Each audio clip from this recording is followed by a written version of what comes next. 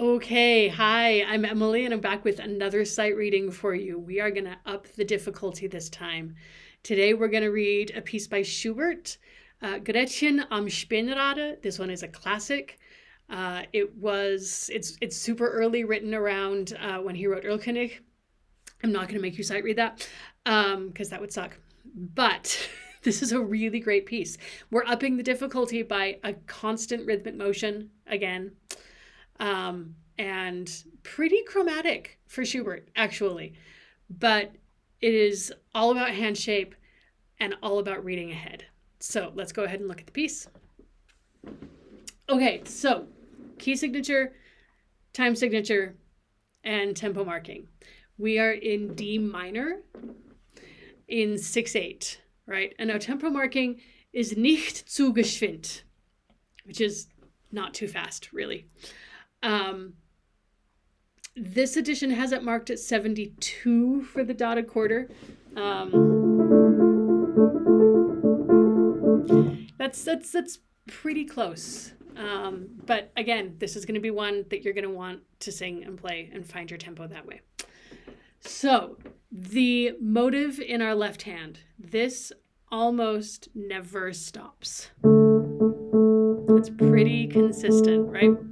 So when you translate this piece, not if, but when you translate this piece, we're talking about Gretchen at her spinning wheel, right? So we hear the spinning wheel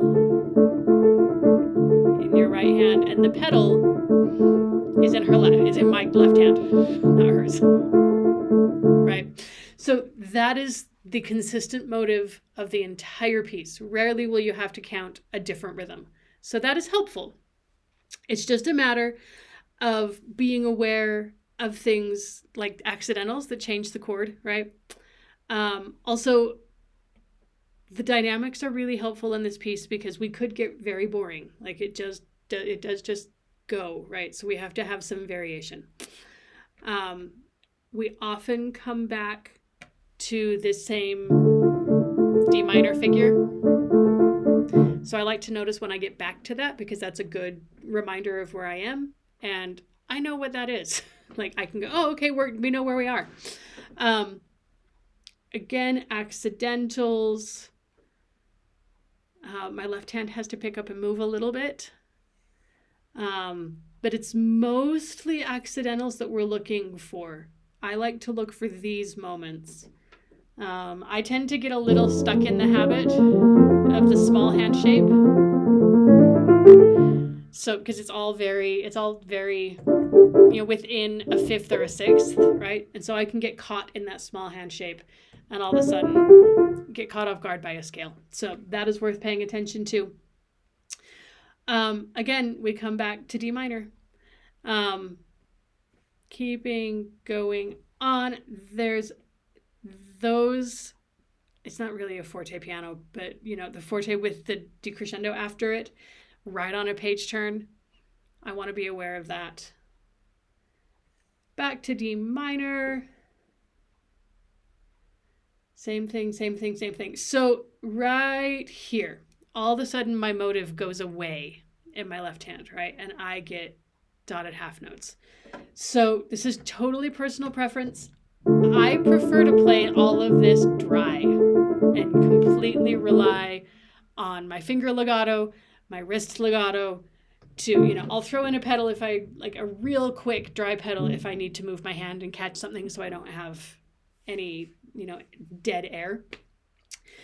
But once I get to the dotted half notes,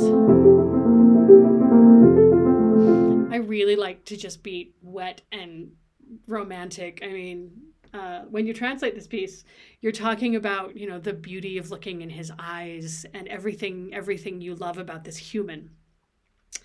That it just really speaks to being a little bit more legato and a little bit more wet in tone color. So also my brain can calm down. My brain can calm down with the dotted half notes because I don't have to think about rhythm in my left hand, right?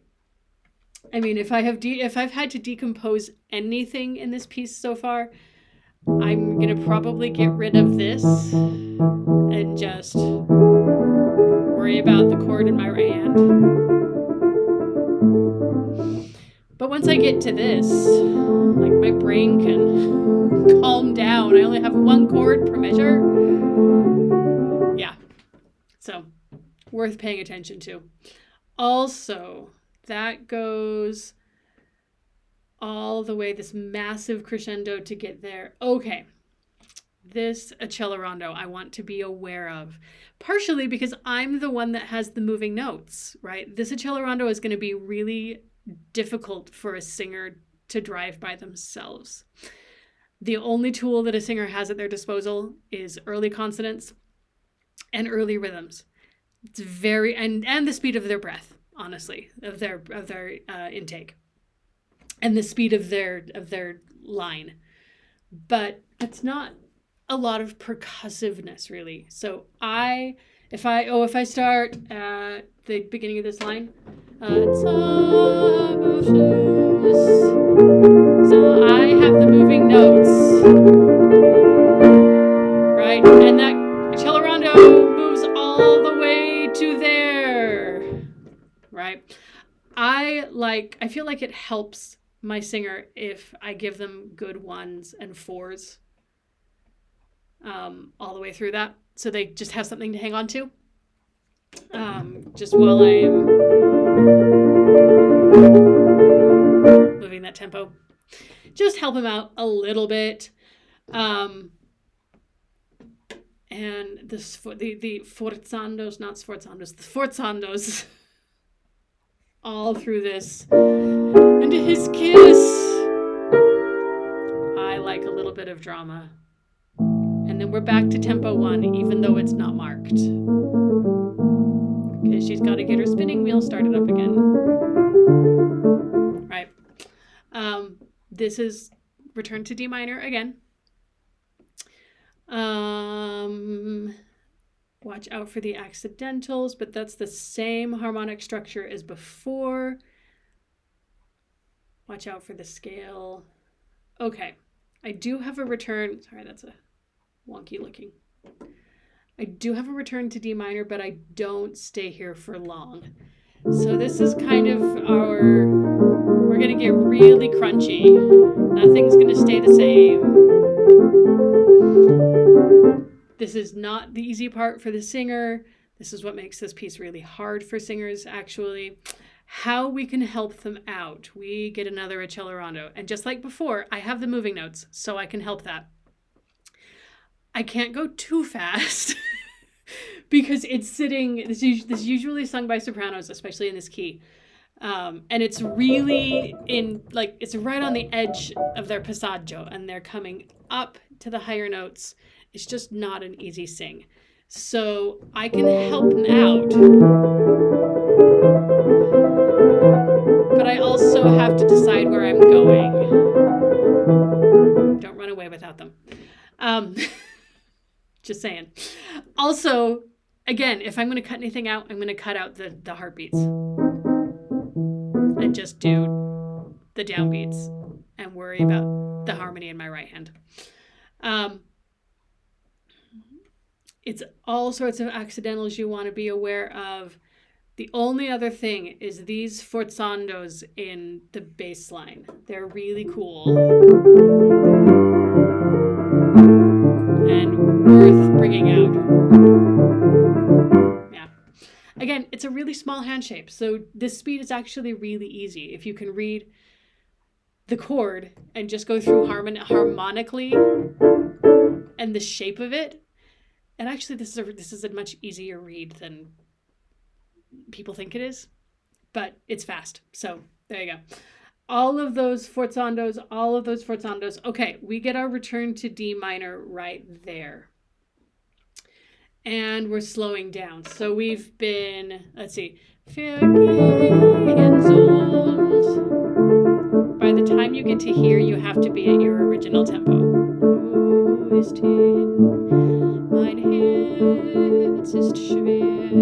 Right?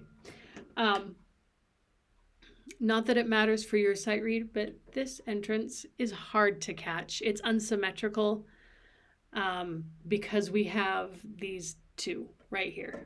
So 1, 2, 1, minor. That's just a hard entrance to catch, so be aware of that. And we get quiet at the end, but we don't necessarily slow down all that much, right?